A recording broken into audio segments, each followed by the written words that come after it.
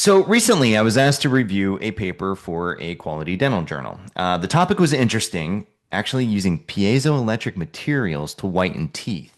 And this definitely caught my attention, especially when the whitening outcomes actually look pretty good. Hello again, I'm Dr. Rob, accompanied by Tami, and you're listening to Dental Formulator's Playbook. So I'm glad you brought up the peer-reviewed articles that you do, as perhaps the listeners might not be aware that you do this. That's true. You've done this for a number of different journals and a number of different years, over the years, I should say, and your reviews are very well received. But this paper you just reviewed, it discusses piezoelectric materials for whitening. Lots of questions here, starting with what's piezoelectric? Yeah, no, yeah, you're right. I mean, sometimes I have to decline reviews, just because of time, mostly, or existing workload, but here an editor reached out to me, and based on the topic, I found it interesting, hadn't seen this before, so I decided to accept it. And now to answer your question, piezoelectric materials. So these are compounds, usually in the solid form, that when physically pressurized, think of squeezing or pinching like a slab of something, like if you had a piece of chalk in your hand or even like a paper and that paper was a piezoelectric material, then by the action of squeezing it, it would generate an electric charge. It could become conductive then. So you can use this to Okay. power other electronics or detect, vibrations, for instance, if this was going to be applied in sonar, things like this. It could be used in the music industry and all the apparatus like speakers and stuff. I think Bell Labs was even doing stuff at the turn of the 1900s, I think. Anyway, but yeah, if you have a crystal, you can have it generate an electric charge if you have something impacting it. I think that another good example of this might be like turning on your gas stove. If you Okay. hear like a click, click, click, click, click, or even Yes. if you have an electric lighter or something, obviously you still need the gas there, whether that's the propane or natural gas, like any kind of vapors from a volatile gas that is even in, like butane or something. I'm Mm-hmm. thinking of something like that. And if you hear the click, click, click, it's probably like a hammer device clicking against Okay. a I crystal, wondered. and then if they're, with the generated electrons, if they can be used to help spark some, between two Mm-hmm. leads, like a positive and negative lead, the generating of the electrons with the presence of the volatile vapors will then, the gas will then be heated and then it would ignite. So that's a long story, but that is how, Well, and it's actually kind of interesting, the backstory, so actually. how I'd like to know more. How long has it been around? Well, we just talked about the essentially like igniting something. So you would think of like a pyroelectric. There's actually pyroelectric materials too that are based on electrics generated from change in temperature. And that actually came before squeezing of a crystal to generate an electric Okay. charge. And this was done I think in the early 1800s. In fact, one researcher, his name was Antoine Becquerel, he was involved in some of this initial kind of work with some of these pyroelectrics, and his grandson actually later got involved in science as well. He was also a physicist, and the radioactive unit of measurement Becquerel is actually named after him. So Okay. BQ is the Becquerel unit for radioactivity. I believe it's the SI unit. So you're talking about the 1800s for the pyroelectric stuff. In between came the piezoelectrics, and by 1900 you had radioactivity. It was actually in the late 1880s whenever piezoelectric materials started to become well studied. And in fact, some of the people studying these materials, I'm sure our listeners probably have heard at least one of the names. The Curies were involved. Okay, wait, Curie, as in Marie Curie? Because that's who I know. The woman who shared a Nobel Yes. Prize with her husband, right? Pierre, for radioactivity. Yeah, absolutely. So she discovered the radioactive elements polonium and radium. And in fact, the Nobel Prize was awarded to both her and her husband, Pierre, and Henry Becquerel, the grandson of the guy who was Okay. originally looking at these pyroelectric stuff. Of course, that Nobel Prize was awarded in 1903. It has to take a couple years, of course, but it was for the discovery of the radioactivity. That's right. So the Curie brothers, Pierre and his brother then. Yeah, so Pierre had a brother, and well, obviously, Jacques Curie was also a physicist. So you had these two physicists, and they were originally looking at pyro electricity, and then all of a sudden they got turned to piezoelectricity just by virtue of how their research was and in using different crystal forms and trying to measure responses. And here they found that it could generate electric charges. Yeah. This is all very interesting. I love history, but what does this have to do with teeth whitening? Yeah, I know. So first of all, so there's a lot of materials. In order to answer that, we have to first kind of pull back the the curtain of concealment of, well, what is a piezoelectric material? What is the Okay. mystique here? There's a lot of natural materials that already exist that have this benefit. One of them is just like table sugar, for instance. Another one is our DNA. There's a lot of different formats. Those are poorly generating piezoelectric materials. Like you wouldn't necessarily use them, but those are natural materials, and there's two other natural materials, and one of those is quartz, and one of those is Rochelle salt. That's awesome, but sugar generating electricity is a little off for me, even our Yeah. DNA. But, quartz, we need more explanation Yeah, here. so quartz was really good, and I think that that was one of the first materials used in sonar devices.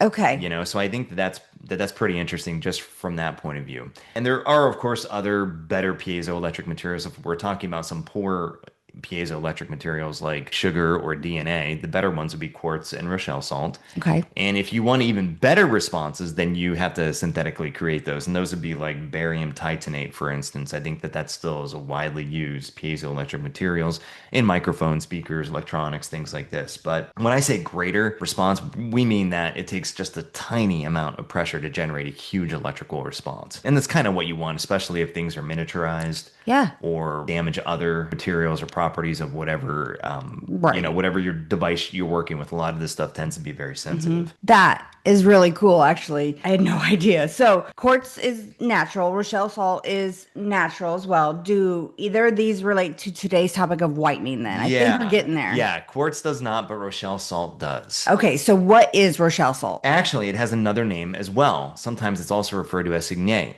salt. Seignette, salt. The name derives from the guy, and actually, he was an apothecary. He had first prepared that salt from a certain region in the world. If you use the word apothecary, this has to mean it's old. Yeah, we have, yeah, you can't go to school for apothecary Not studies. that I I know know of. nothing of No, right now. no. Yeah, so that was around 1675. Signet prepared the salt in the region of France where he lived and worked. La Rochelle, France, right? Yes, that's right. So, interestingly, so this is the origin of the Rochelle salt. So it is considered a double salt. It's a double salt of tartaric acid. So here, what this means is, because it sounds crazy, is what does that mean? The salt shares the same anion. It's the tartrate anion. That comes obviously from the tartaric acid. But it's balanced by not just one type of cation. Think of like if we say sodium chloride, salt, NaCl, it's just sodium. Here, this has not only sodium, but also potassium. That's cool. So both sodium and potassium are found in this titrate, this Rochelle salt, which is In this, titrate salt yep, it's or tartrate. tartrate salt. Yeah. Yeah, absolutely. And it's, this is a salt that's very familiar in the winemaking process. And of course, France is obviously a huge winemaking, Yes. country, right? It's an industry. It was more common for them to have certain types of these organic based Okay. carboxylic acids That makes sense. available. Who knows? The apothecaries, just like with a lot of research and stuff, it might have been discovered by accident. You never know. Hmm. But, for the purposes that he was using it for, it was fine. So how's this But gonna relate to whitening yeah, then? so this is still the key, right? It's like, okay, so we previously discussed a lot of different other whitening, Hmm. approaches, whether they're home therapies or actually stuff that is actually being used. And then there's different things like the PAP, the thalidomido, caproic, Hmm. Hmm. peroxy acid, right? The PAP, or you can use peroxides, you can use papain, things like that. It depends on what you're trying to attack in that staining. Are you trying to attack the pellicle, which holds the stain? Or are you actually trying to attack the chromophores that reside in that pellicle? Or, even some of those chromophores, some of those pigments, they could actually be in the superficial layers of enamel as well. Yeah, we've So, talked about papain and bromelain. yeah, that's They right. because enzymatically they work to break down the pellicle, right? Yeah, and Okay. yeah, so from that point of view, yep, we got that. For the chromophores, this is where we're trying to figure out, well, how do you break down these chromophores? Okay. Peroxides do that with radicals. So Okay. there's going to be like, and it only does this in the presence of water as well. So you need the peroxide present, you need water present, and then as the peroxide is degrading, actually, Hmm. these radicals are produced and they become very reactive. Those are going to be per hydroxyl radicals, but the PAP based approach that generally works on trying to disrupt the double bonds. So you Okay. have maybe Okay. carbon-carbon double bonds, for instance. And anytime you have some kind of alternating character between like single and double bonds, this is just generally, I think we had touched upon this before, but if you have these general alternations, single, double bonds, carbon-carbon, carbon-oxygen, you're gonna potentially get some color. Okay. It's the action of, Okay. because these are really alternating and their scattering of light and things like this. So it gets kind of interesting. Okay. So between these two mechanisms of action, one is the enzymatic degrading, right? And then the Yes. other one would be directly affecting the chromophores as well. Chromophores, yeah. Thank you. Chromophores. It's all Yeah, chromophores, great. not chromosomes. That would, Okay. yeah, that might be bad. That's not good. So we're going to be breaking our DNA down. Okay, so how might this Rochelle salt, although this potassium sodium tartrate, work of those two? There's one school of thought here. It says that, maybe this piezoelectric material, which manifests dipoles, so parts of it will have more positive and then, of course, more negative on the other Okay. side. Think of like a magnet, you're going to have the polarity is going to matter if Okay. you can stick magnets Yes. together, right? So there's direction involved there. There's some kind of vector there. And so this has the potential then to generate radicals by virtue of this natural polarity that exists in the salt. Why? From the excess charges that can be created with the surrounding water molecules. And of course, there has to be some kind of pressure applied to do so. So that's kind of like the overall thought based on what I've Okay. seen. Okay. So when you say radicals, this is making me think more peroxide. So are you Yeah. thinking it reacts similarly to peroxide? And this is where I'm putting this forth only because I think that this is one hypothesis that was shared by the two ladies who created this. Okay, in the This paper. approach, yeah, this Angelina Ivanova and Valeria Buzova. And where they're from. Well, based on the patent application, the US patent application, became published in December 5th, 2024.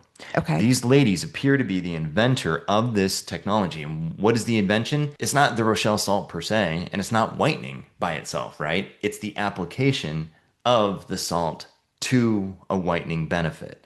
And I think that's really important for our Okay. listeners to know. Sometimes, you get caught up, well, is it the material that I Right. have? Do I have a new process? Well, maybe both of those can be valid, but what's also equally as valid is finding a new purpose for What it's something used for, that's right? already existing.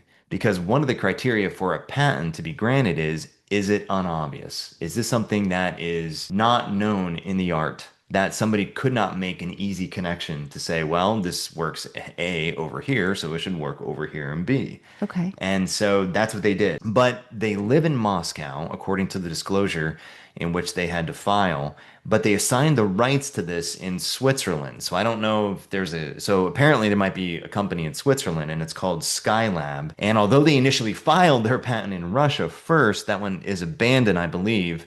But they have maintained and they're still trying to continue on. Obviously, they won in the US market and they want to get that patent issued. So they're going to, actively Curious and interesting. yeah, it's really interesting because, it makes you wonder why do they use the name Skylab for the name of their company if this is going to be a new oral care company, especially Right. targeting to, whitening. I did a little looking, and this is where, we don't mean to throw shade on Wikipedia or even all the AI tools and stuff. Sometimes they're right and they can really streamline some efforts. Hmm.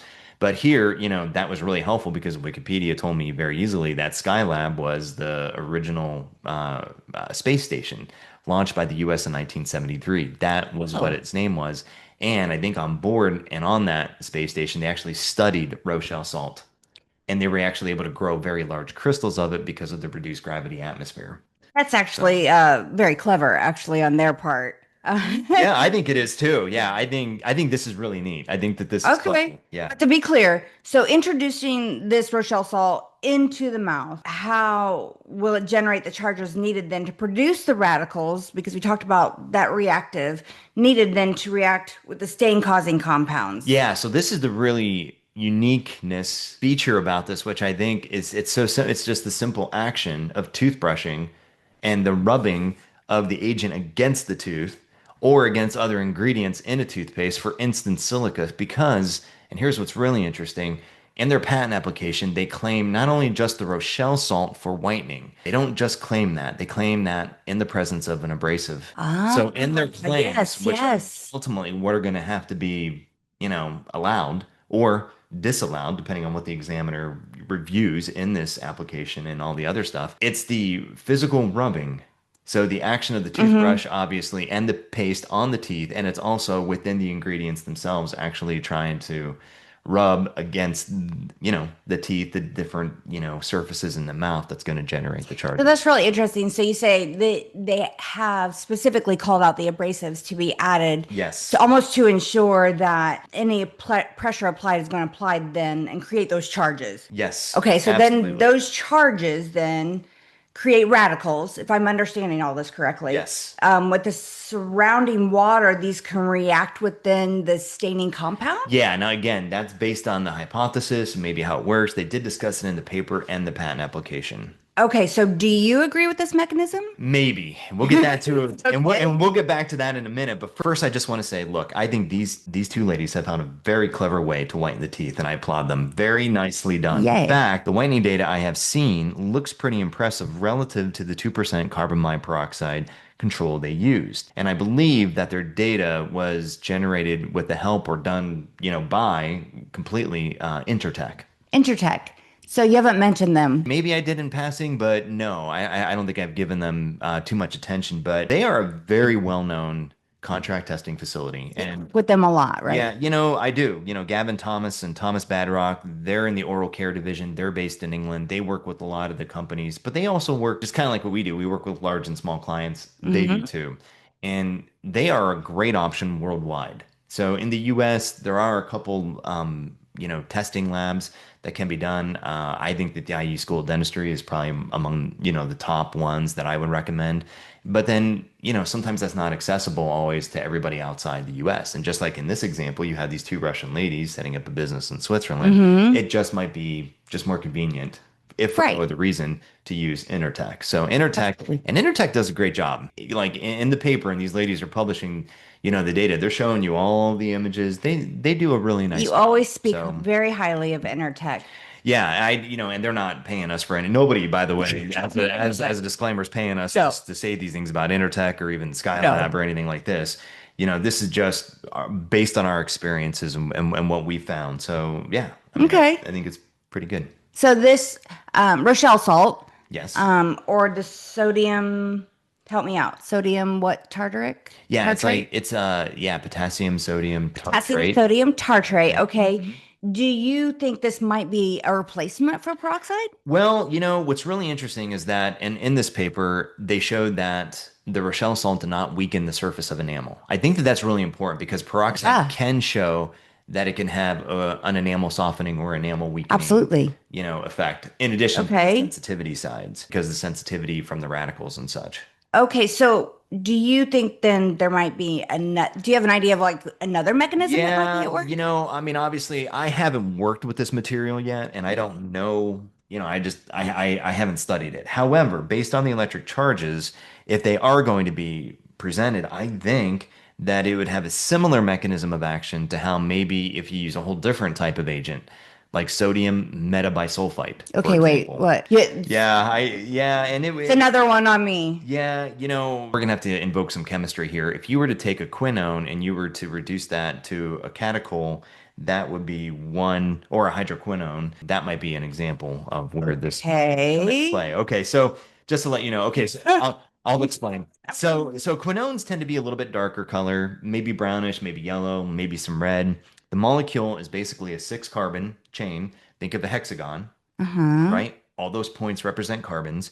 But with the quinone, on two of those carbons that are directly opposite each other, think of like, a straight arrow, they're going to have extending from that hexagon, they're going to have oxygens, two oxygens, and the bonding of the carbon like one and carbon three, if you want, if they're directly opposite each other, will have a double bond with oxygen. That can be considered a quinone. Okay. Okay, go on. Okay, and what can happen then is anytime you have a double bond, and this is how a lot of these whitening approaches want to work, especially if they're peroxide free, but not necessarily, could also apply to peroxide. They want to attack all the double bonds, whether it's a Okay. carbon-carbon double bond, whether it's a carbon-oxygen bond. So that's where the color is, if I'm Because understanding that's, yeah, correctly. all of those double bonds can help create color. Okay. Yes, It's making sense and now. that's where the tannins are. Again, just to remind people, if you're using something that's going to attack a protein, like a papain or Mm-hmm. bromelain, that's a different mechanism. You're attacking, these protein-based Enzymatic components on like the amino pellicle. acids and things.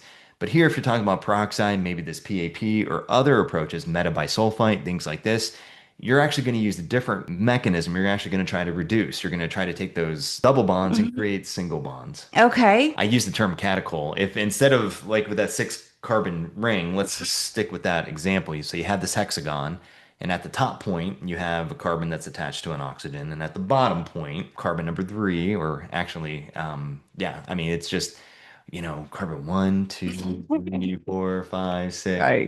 could be actually it's probably carbon four. Somebody's listening, being like, "Hey, Rob, what are you doing?" Look, dude, I'm trying to visualize and speak, and it's a crazy thing here. But anyway, those carbon oxygen double bonds, known as carbonyls, will be reduced to an alcohol bond, carbon oxygen hydrogen. Okay. Okay. So, And alcohol is colorless, right? okay, well, I'm thinking rubbing alcohol, Yes, isopropyl alcohol, right. vodka. Yeah. Yeah, so unless you add a pigment or something, as far as I know, yes, they're all clear. Yeah, so exactly. So Okay. if you're looking at this, so the alcohols are going to be clear. So you're trying to take a quinone and try to make it alcohol clear. Okay. You That's form a these much alcohols. simpler way to think about it. In the quinones, people might be not, well, they might not be familiar with the word quinone, but there's a great example of this, vitamin K. Vitamin K, if you want to have an extract, like a liquid extract, or if you need to Hmm. get an injection, it'll appear, whether it's in the bottle or in the, hypodermic or whatever, it's gonna either appear like gold colored, maybe brownish colored, maybe even a little bit reddish colored. Okay. Vitamin K is a great example of a quinone. Okay. So So, the quinone, which is colorful, yep. then in this process, then is Yes. converted to a catechol, which is more similar to I guess I'm going to say for me, Yeah. alcohol, Yeah, catechol, absolutely. alcohol, Yep. which goes to colorless. Yeah, exactly. So the quinone becomes oxidized, and is reduced to catechol. Sodium bisulfite, metabisulfite, is a very common food preservative, actually. It's an oxidant, it's an antimicrobial. When it's immersed in water, it then goes from metabisulfite just to bisulfite. Okay. Okay. Even in Europe, there's this very specific code for this. Remember, sometimes they don't like to use the actual name of the ingredient, they like to use Right. codes. This would be E222. So for any formulator listening or somebody familiar with codes and wants to know them anymore, you could just look that up. This is just for anybody who is a homeowner. Maybe they manage a pool, maybe they work with pools, maybe they hate their pools because they have to work with them so much. Yeah. If you put in too much chlorine, right, Hmm. a great way to reduce the amount of chlorine is actually put in sodium metabisulfite. Okay. So Okay. this would just be a great example of where, another example of how this ingredient could be used. So not only as a food preservative, but also to help reduce the amount of chlorine that is in your pool if you have too much in there for whatever reason. And with respect to the whitening potential, this was described in a 2019 clinical oral investigations paper. So somebody could just Google that. They could put in sodium metabisulfite, find the article. They didn't really use traditional methods to show whitening. I think this came out of just a straight chemistry department, which is always amusing to me because, in chemistry, they have a certain Yes. silo of procedures, medical protocols, Yes. methodologies, belief system, It's like the and secret club. yeah, and then you have dental testing, which is yet a whole nother set of Yes. club. And then you have formulations, and let's face it, dental formulators, traditionally, they're not well trained in this. They just don't know because their Fair instructors enough. just don't know, and You and if they do, they do. But live in all those worlds, which has really always been so, interesting to me. yeah, but Okay. it's helpful, but it's also a strange place to be. So Okay. sometimes it's hard to relate. So Whatever. the sodium metabisulfite, which was all good to know. I like the analogy with the pool. That is what's reducing the colorful stain pigments to colorless molecules, right? Is Yes. that kind of like OxyClean? Well, OxyClean uses percarbonate, I think. So they use another Okay. whitening So it's not what I was thinking. approach, but they don't use bisulfite. But that's fine. They get their stain cleaning effect, and percarbonates can be used and are used. Arm & Hammer uses those in their toothpaste. So if you see the Okay. advanced whitening or and this is again the Church and Dwight products, Mhm. right? The toothpaste, they'll have baking soda in it, they'll have percarbonates in it. This is one that's a little bit too aggressive for my tissue. My soft tissue hates it. It could be that there's the same play here. So instead of just trying to create radicals, we're trying to have a reduced effect. We're trying to convert these quinones or whatever staining entity it is, these chromophores that have these double bonds that we don't want. We want to get those from double to single. We need to Mm-hmm. reduce it. And so I think that this could be where the Rochelle salt is living with respect to a particular mechanism. Does it have to be one or the other? No, probably not. But Okay. I think that this is one part of the mechanism that should not be ignored. Okay. So if I'm understanding you correctly, then it's if we didn't have that brushing action or that friction, then there wouldn't be any generated electrons, right? Correct. That's Oh, right. Yeah. okay. Yeah. The friction is absolutely needed between the ingredients or among the ingredients in the paste. And then, of course, among all surfaces when introduced into the oral cavity. So, brush, bristles, teeth, the paste, saliva, all of that stuff is going to go in and they're going to be useful in generating these electrons because those are the electrons that are needed to reduce that double bond to a single bond. I think that that's key here too. Right. Okay, Right. so You think this might be how the Rochelle salt is going to work yeah, I mean, better? I think that in order to really vet that, it just test it clinically and see if somebody Yeah, has okay. any sensitivity related issues. Okay, because peroxides often lead to sensitivity, and you always say this is due to the radicals, Yeah, right? so there's a lot of reasons why people might have sensitivity or potential sensitivity spots in their mouth. It could be as simple as just the grinding of the teeth with bruxism. They could have caries Oh, related, yeah. gingivitis related, perio related, endodontic related. They could have all that. Any existing or recent dental work could be an issue, as well Okay. as are you using a product that is leading to unexpected sensitivity. It Right. especially, you might try a product that might sound really encouraging, relatively new. Yes. Maybe it hasn't been vetted. We talked about some products in previous episodes. They have sugar in them. That might actually lead to some sensitivity. Or if you don't have enough Yes. fluoride, but your environment, your own oral environment, your health, your diet might be such that you might need some ingredients that will help combat that. So all of this, is going to be important. And again, if these free radicals from like the peroxide or whatever is generated, or if they are generated from this Rochelle salt, if that's the mechanism to be believed, they would then penetrate into the gaps Okay. that then exist in the dentin and then travel to the pulp chamber where boom, then you get, you know, Yikes. Yeah. then you get one of the responses. So Okay, so the thought yeah, process is then if so they do these clinicals and if people who use the Rochelle salt but yes. they don't experience any sensitivity then your proposed mechanism action is likely more at play here. So the reduction then of just quinones to catechol or color Yeah. to no color. That's right, going from colored to colorless. That's right. But, in the end, regardless of how it works, we can save the mechanisms and such for a pure scientific evaluation. As long as it works as well as and Yeah. has minimum effects relative to, say, like a peroxide or some of the Yes. other state-of-the-art agents that are already out there, then I say go for it. And even in the patent application, they didn't talk about this in the paper, but in the patent application, they talked about a synergy that may exist between the Rochelle salt and silica, the abrasive system used in the toothpaste. Okay, so they do think something's at play there. So I think so. I wish these ladies success because this is really neat. very, very cool. So let's just remind me and the listeners, what is Rochelle salt So this again? would be like a potassium sodium tartrate salt. Potassium sodium It tartrate. called a double salt because you have the presence of two different cations, potassium and sodium. Most importantly, it's a dicarboxylic acid. Okay, so that's another one. What's di? Why might dicarbolic, carbolic, Dicarbolic acid. dicarbolic Yep. acids be important? Yeah.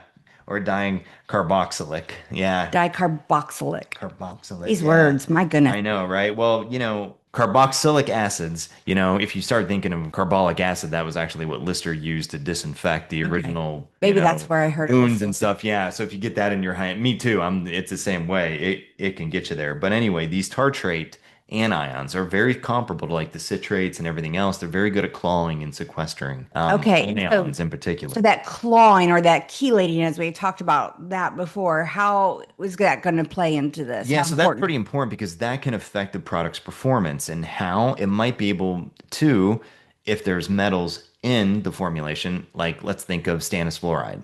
Oh, Stannous, yeah. stannous is the metal. If you have some of these chelating or clawing, sequestering type of agents in there, like a tartrate, like a citrate, then that could actually help sequester, keep claw, surround that stannous species and maybe keep it so that it's a little bit more active and away from some of the other ingredients. Okay, so by doing that and chelating, clawing, keeping basically it's like hiding it in a little room or something is what it sounds Yeah, like. You're that's keeping right. it safe so it can't interact.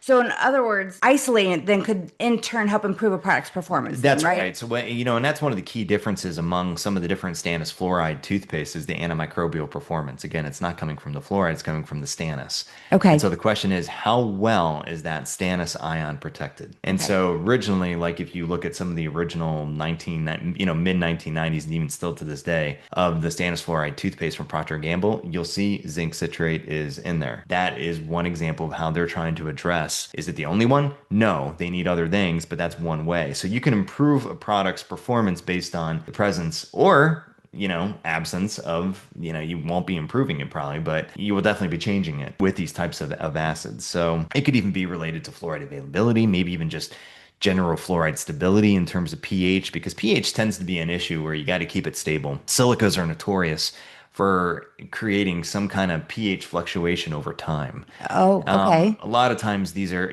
synthetic, these are high performance silicas. They have different surface areas and their ability to hold on to water, especially when immersed in a water-based formulation in the presence of other ingredients. There could be different issues that could be created. That's why it's always important for stability to, make sure you have your 2 year shelf life, Right. all Of that stuff course. is all part of that. But it is a big deal when manufacturers go from one type of silica to another type of silica. I can see And that. sometimes it's not their choice. Sometimes the manufacturer is just, Hmm. well, we're just out. Or sometimes it is a choice and they say, well, here's this newfangled Right. silica, you might want to use Pushing it. this, better performance, gentler, whatever. And then they say, okay, let's do it. But then you have to redo your whole stability. I'm going off target here a little No, bit, but what it sounds but like is that this chelating agent that you're talking about here, that we're yeah. discussing, has the ability to very broadly impact The formulations on a formulations in number general. of different levels. Yeah, and so in fact, Procter& and Gamble knows this, and so they are seeking a patent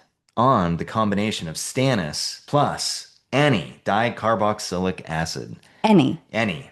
Yep, and that would include obviously stannous fluoride on that end, but it would also include the citrates, it would include the tartrates, it might include the malates. So You they're know, trying to claim all of it. That's a really broad claim. The patent application actually was published November 18th, 2021. It's still under prosecution, so we don't know what kind of claims you're Okay. going to get. It is quite broad. Wow. But honestly, their claims are very specific. So they're not talking about any fluoride, they're talking about stannous fluoride. So Okay. this is where it gets kind of interesting with respect to intellectual property and how you're going to Hmm. protect your stuff, Again, patents or patent applications are a great way and a usual way that formulators working at big manufacturing sites or even entrepreneurs maybe if they're aware of this will go and learn about the art in which they're going to be finding themselves in to say okay well what exists or what doesn't exist. The problem with that is there's always more than one application or more than one patent, and you have to have a critical eye and critical understanding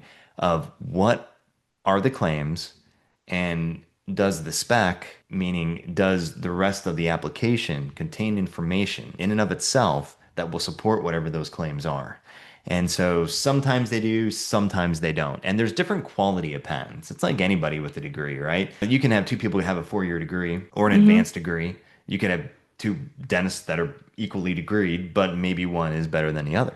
It's no different than anything else. So same thing here with the patents. Just Okay. because you have a patent, the quality of the patent absolutely matters. And so, The devil's in the the details. devil's in the details. Yeah. But anyway, they have a very broad claim that they're Okay. trying to get. However, it's also narrow because it's only tied to Stannis. So it should be interesting to see what they get. I mean, P&G is Okay. pretty seasoned. They're going to Well, get something. yeah. Okay. So let's go back to the piezoelectric materials. Okay. Are there other opportunities then to possibly use these agents for whitening or other oral care purposes? Yes, I think that even though Rochelle salt might be among the best options, there are others. Okay. So you mentioned sugar, but that shouldn't be used, No, it right? shouldn't be used. Okay. Just making sure. Yeah. Or Okay. DNA. You don't want to have somebody's blood in your product.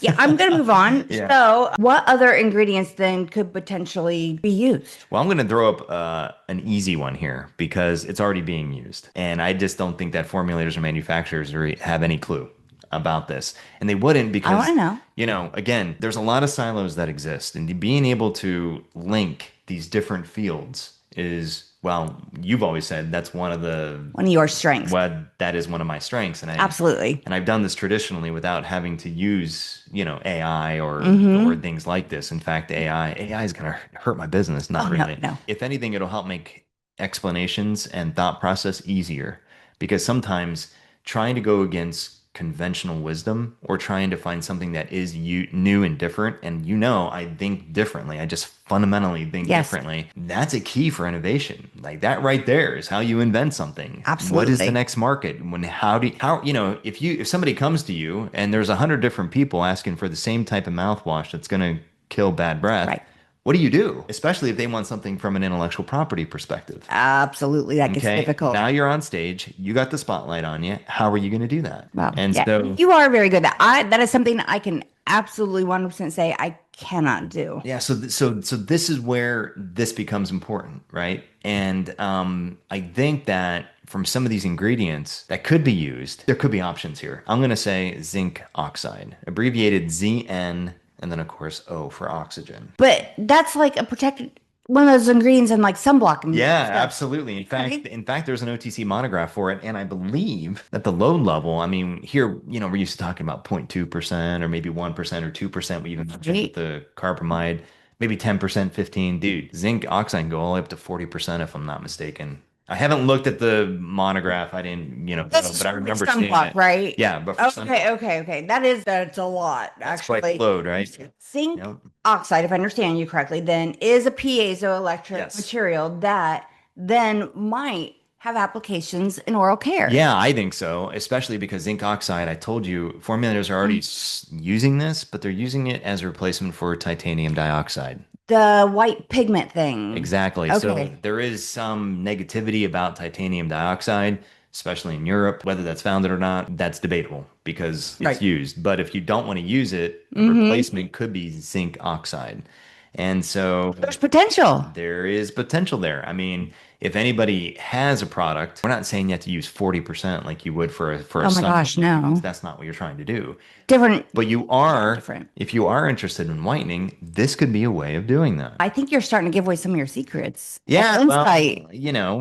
maybe, but it would still need to be tested and protected. So anybody serious enough about this, so if they just go ahead and do it themselves, that's fine. But are you protected? Do you have, your Have own you done the bioenvelope on this? testing? Yeah, have you done testing and do you have a patent on it? Because if Right. you have a patent, Okay. then it's good. And, I think that with the laws, anybody listening now, they would say, well, it is what it is with the US Patent and Trademark Office rules. But it was a first to invent system and not a first to file the application. Meaning that if somebody kept an obscure book in the 1800s that was passed down from generation to generation, so Uncle Herb gave it to Uncle Maggie, who gave it to Cousin Ed, and whatever else, Right. and it just went down, and somebody found the actual Yes. recipe for Coca-Cola sitting, in some kind of ranch house, an old, maybe even a whatever, a pigsty, who knows, whatever. I don't know, just under a bunch of crap that just was just sitting there. Somebody says, "Hey, I know what the formula for Coca-Cola That's is. how the I can do patent's it." supposed to be set up. Yeah, so you would have to worry about whether any records that was dated, well dated, signatures are going to be, Okay. required. A lot of times you would have to have a laboratory book. You'd have to sign it if you work for a company. It's good practice. They say to do that in academia too, but I can tell you from going through academia, being Mm-hmm. part of this was absolutely not done equivocally across the board. But for companies, it's absolutely essential. Where's the records? Where's our books and stuff? Because we have to prove provenance. We have to prove we're the source of this Yes, yes. technology. You don't have to do that now. You just have to file now. Okay. So all of a sudden, it got It's turned not on its enough just head. to have the It's not idea. first to invent, it's first to file.